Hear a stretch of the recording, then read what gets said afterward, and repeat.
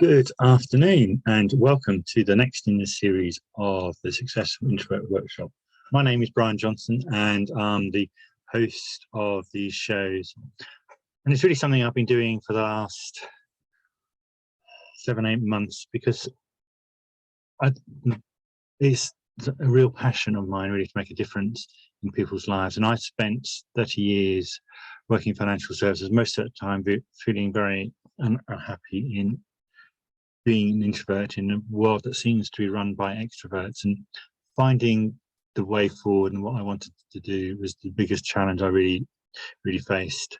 And that's really where I'm coming from in doing these shows. It's really about helping me share some of what I've learned over the years with other people. I hope you gained something from listening to today. I've been on such a transformational journey over the last few years and really changed the direction of my life. And now I'm just really focusing on doing what I enjoy, which is helping people achieve the success they want, deserve, and are capable of. And that's really where this whole series come from, and each week I'm exploring different subjects and thinking about different things. And one of the things I'm really gaining from doing this each week is actually it's a bit of reflection for myself, because sometimes we miss the big changes that are going on, we miss the differences that happened, and we don't notice everything that's happened, which is has resulted in big change in our lives. And what I'm really finding is actually every time I do these workshops, I really notice something different that I've gained and appreciate it. And I learned something as well as sharing what I've learned and applying. So today's subject is really about enjoying social events. I don't know what emotions come to mind that as you think about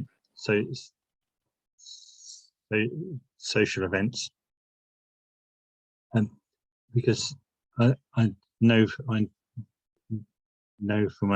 myself it's often that kind of social event is traditionally been a sense of dread that comes into my mind. I mean, feel free to add any comments in the comment box or just in chat. Happy to take your thoughts. And it's often about thinking about what difference that make to you, what you feel when something is going to a social event. I mean, either work event, family events. Having large family events can sometimes feel quite stressful because there's so many people there, and it's a sense of overwhelmed, and it quite easily take over. And I think from me, it's really the key thing that I notice makes a big difference is really taking a step back and realizing what you actually enjoy about social events. What is it that you enjoyed about the last one you went to, and what actually happened? Often our anxiety and dread is greater than the actual event. I think when someone says, "Oh, well, having a social event," for instance, to actually, do I really want to go because there's so much going on and that's not really what I want. But then it's just really thinking about actually what did I get at last time, and the options to have conversations that I wanted to, and how I can take control of that situation, what I thought about when I attended the event. And that's really what it comes down to. It's really finding what you want from an event. Everyone wants something different. Some people think about social events, and it's great, I'm going to have talking to 40-50 people, I'm going to be the center of attention. But if you're someone like me, you think actually, what do I want out of them? What will I enjoy? How can I be comfortable doing my stuff? And it's not about sitting in the back of the room grimace on your face. It's figuring out what actually you would enjoy doing. And that's some events, for example, it's actually I'll just be helping in the background because actually I can enjoy doing that, and I can have the one-to-one private conversations with people I want. I'm there and enjoying it. But I always think actually we really start by defining what we want in a positive way. How do you want to feel before, during, and after the event? It's worth jotting down some ideas. It's thinking about positive ways to describe it, avoiding the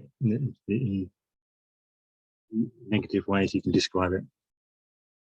So you might look at things like, let's see, I want to go because I just want people to know that I am there.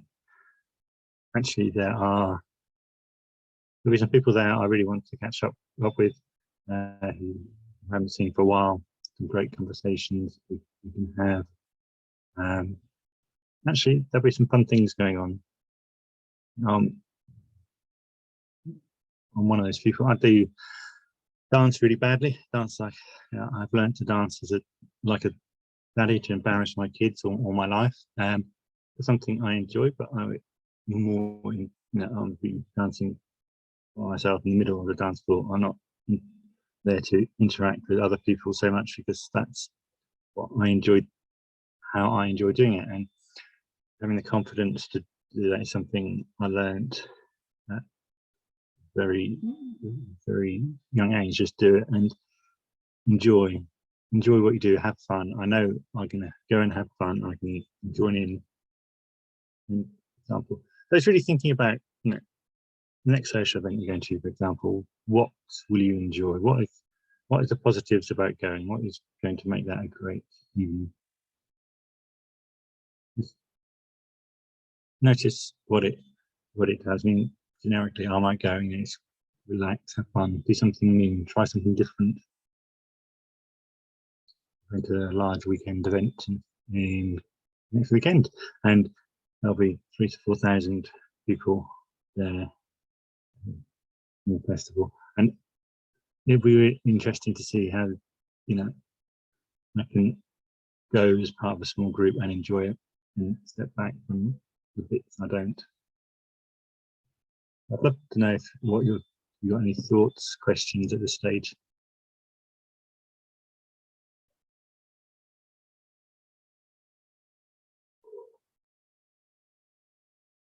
I think one thing that's for me is knowing how long to be there. And I find that generally as an introvert, I know my limits of energy. I know what drains my energy intakes, and therefore I am comfortable in going and doing things for the right period of time for me.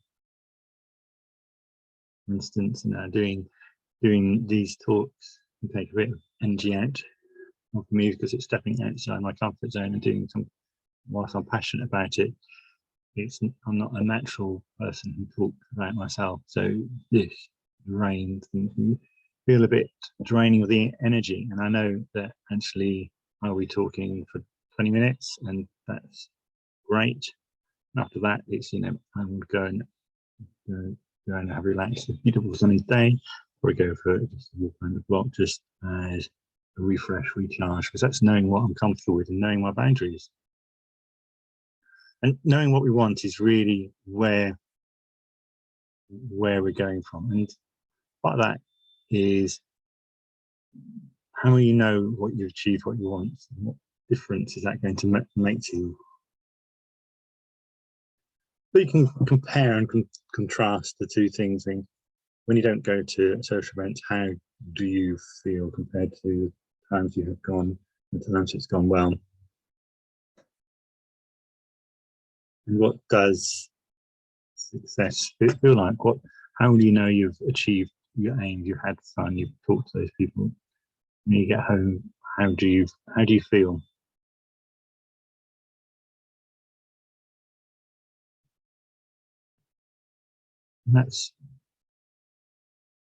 And most of this is really becoming self-aware of knowing our strengths and weaknesses, what our drivers are, because once we're aware of what is driving our emotions, how we're feeling about things, we can take control.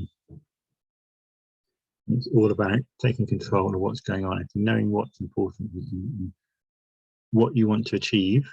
You have the end in mind. Once you know what your end is, that sense of happiness you want, you can really have a look and put yourself in that situation and go, this is where I want to be, this is how I'm going to feel, and just spend a little time thinking about what it feels like. It looks like what you're seeing and hearing around you. You can see and smell, and I can find it helps just to close the eyes and just think, and just what am I really going to enjoy? So as I mentioned, next weekend I'm going away to a large event with a couple of friends. They're both introverts, so drive our wives mad, because the wives will talk away for England, and we'll sit there in quiet because that's what we enjoy. We may have random conversations, but that is what we enjoy. And having a weekend without the wives around would be great, because we won't be forced to communicate in their style. We can do it how we want, and that is really what I'm looking forward to, and that's the reason for going. Some busy lives with children, you can lose that real quality time to be quiet with a good friend. This really brings us on to what are your options. You've got any idea of what you want to do, what is going to happen looking forward? And it's really coming there. To me, there are really key 5 questions around this. What are your options? And it's really thinking about, okay, I know I want to go to bed.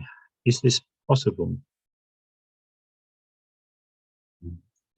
Is this a desire you really want? Is this a need? Is this something I should do? Is it something I need to give myself permission for? Often it's really about thinking through what each of those statements makes you feel, which one motivates you the most. Is the possibility that feel motivating? Does a desire feel motivating? Does the need something I should do? Is it simply giving yourself permission? I can enjoy. It's something I can do. There's nothing stopping me enjoying social events.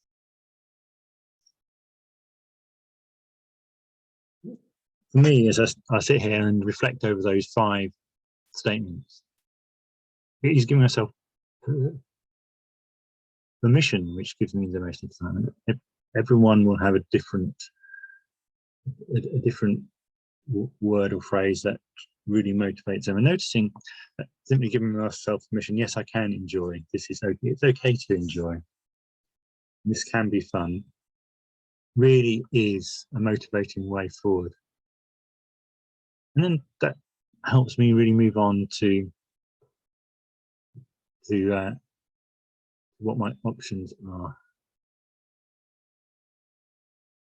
That's the important thing. Thinking about the different options, you go with that mindset, you're not going to enjoy yourself, and that's what happens, because it is, it is thinking really around, if you think the worst, you're more likely to get the worst. We notice what we're focusing on. So if you're focusing on this is going to be awful, it's just going to be overwhelming with noise. That's all you notice. And actually, there's going to be this stuff going on over there, and I can tune that out, and I can do the stuff I enjoy. I can have those conversations. I can be in that space. But at large social gatherings, you might often find me sitting in a quiet corner. sometimes by myself, sometimes having a quiet conversation with somebody. Just being in that busy, noisy, full-on room is not what I really enjoy, and I will go and do something else.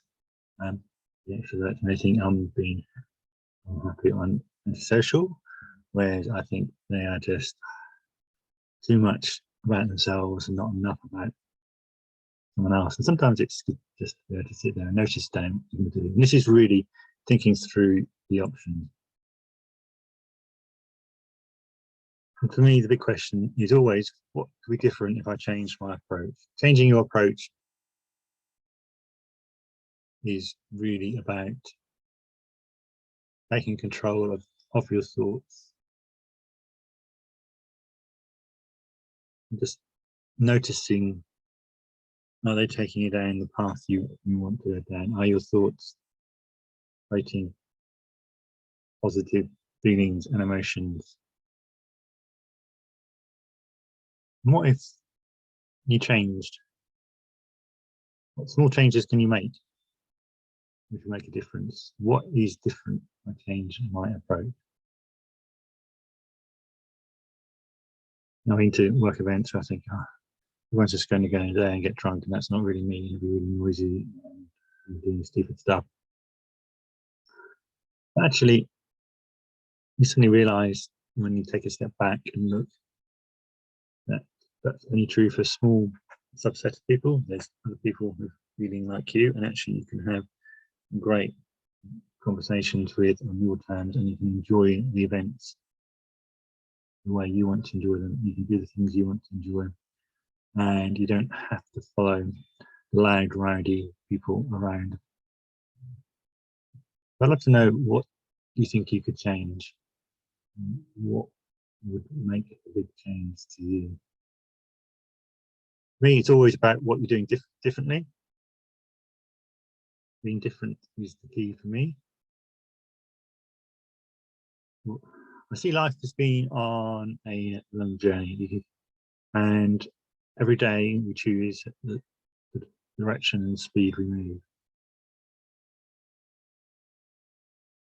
And if you're standing there, sitting there thinking, things are not going in the direction I want to go, what can you do? How can you change the direction you're facing? How can you take one small step off the path you're on?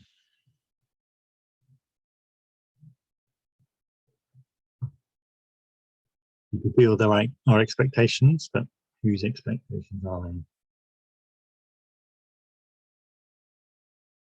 I found through experience that we think the expectation is what we need to do, but I've noticed that people generally respect those who choose to be different, who quietly do their own thing. And actually, you get more notice for what you're doing and valued, because people say, oh, mine's not quite doing those things, okay, but actually here and enjoying himself. Yeah, we're not doing that. That is the limit. And noticing where the boundaries are, and you attract like-minded people. You're willing to take the first step off the treadmill of this is what you should be doing. You'll find other people appreciate that, because there are more people who are thinking and frustrated like you about having to endure things than you realize. It's only when you take the steps and make a difference that you then suddenly find other people go, oh, let's do, yeah, we can do something different. We can be ourselves. So my challenge is really, what one small step would you take today to move yourself forward? What one small change? When you're looking forward to particularly social events is where today's focus is. What are you looking for at the next social event? What are your thoughts? Can you capture those negative thoughts and go,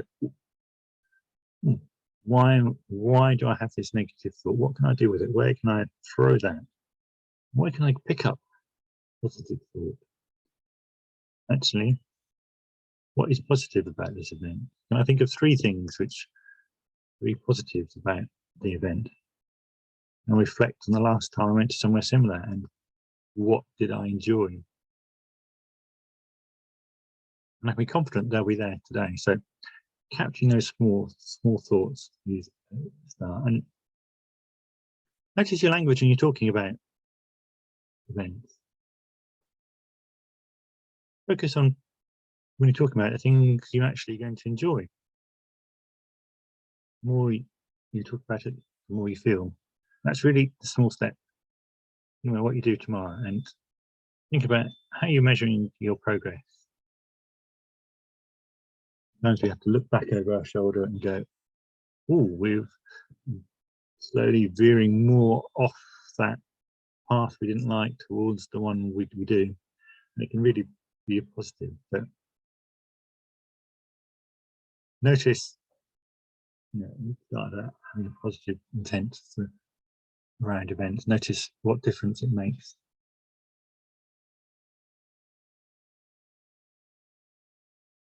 I can notice about when I'm going away in a couple of weeks that actually there are bits I'm going, oh, yes, that's bits for the extroverts, but we can just enjoy the stuff we want to do. There are lots of fun, interactive, big games going on, and actually choosing whether or not to be involved will depend on where my energy is at the time. But I knowing that actually I can enjoy other bits I will really enjoy. Being able to wind down, sit, relax, do nothing is really what I'm looking forward to, and that's really big social event I'm looking forward to. And I'd love to know what you see as the next step for you. I'd love to know where you think I can help you most. That's really the key. And as I said earlier, for me, speaking for more than 20 minutes is, I notice my energy levels fall off quite rapidly. And so as we draw to the end of my 20 minutes of talking, I'd love to know your thoughts. If you've learned something, let me know. If you've enjoyed it, let me know. If you haven't, also let me know. I'd love to know your thoughts. And if there's anything in particular you want to cover in the future, please do tell me. There are so many different topic areas to think about, and we're really sitting at a very high level here. So if you want to have a conversation, you can either email me at brian@brianpauljohnson.com. If you want to have a one-to-one call, you can use the QR code in the corner to book some time in my diary. Always happy to have a chat. I love talking to other introverts and exploring our journeys together. So thanks for your time this afternoon, and any questions, please do let me know, and I look forward to hearing from you soon. If you want to come out and say anything there, please feel free to do so.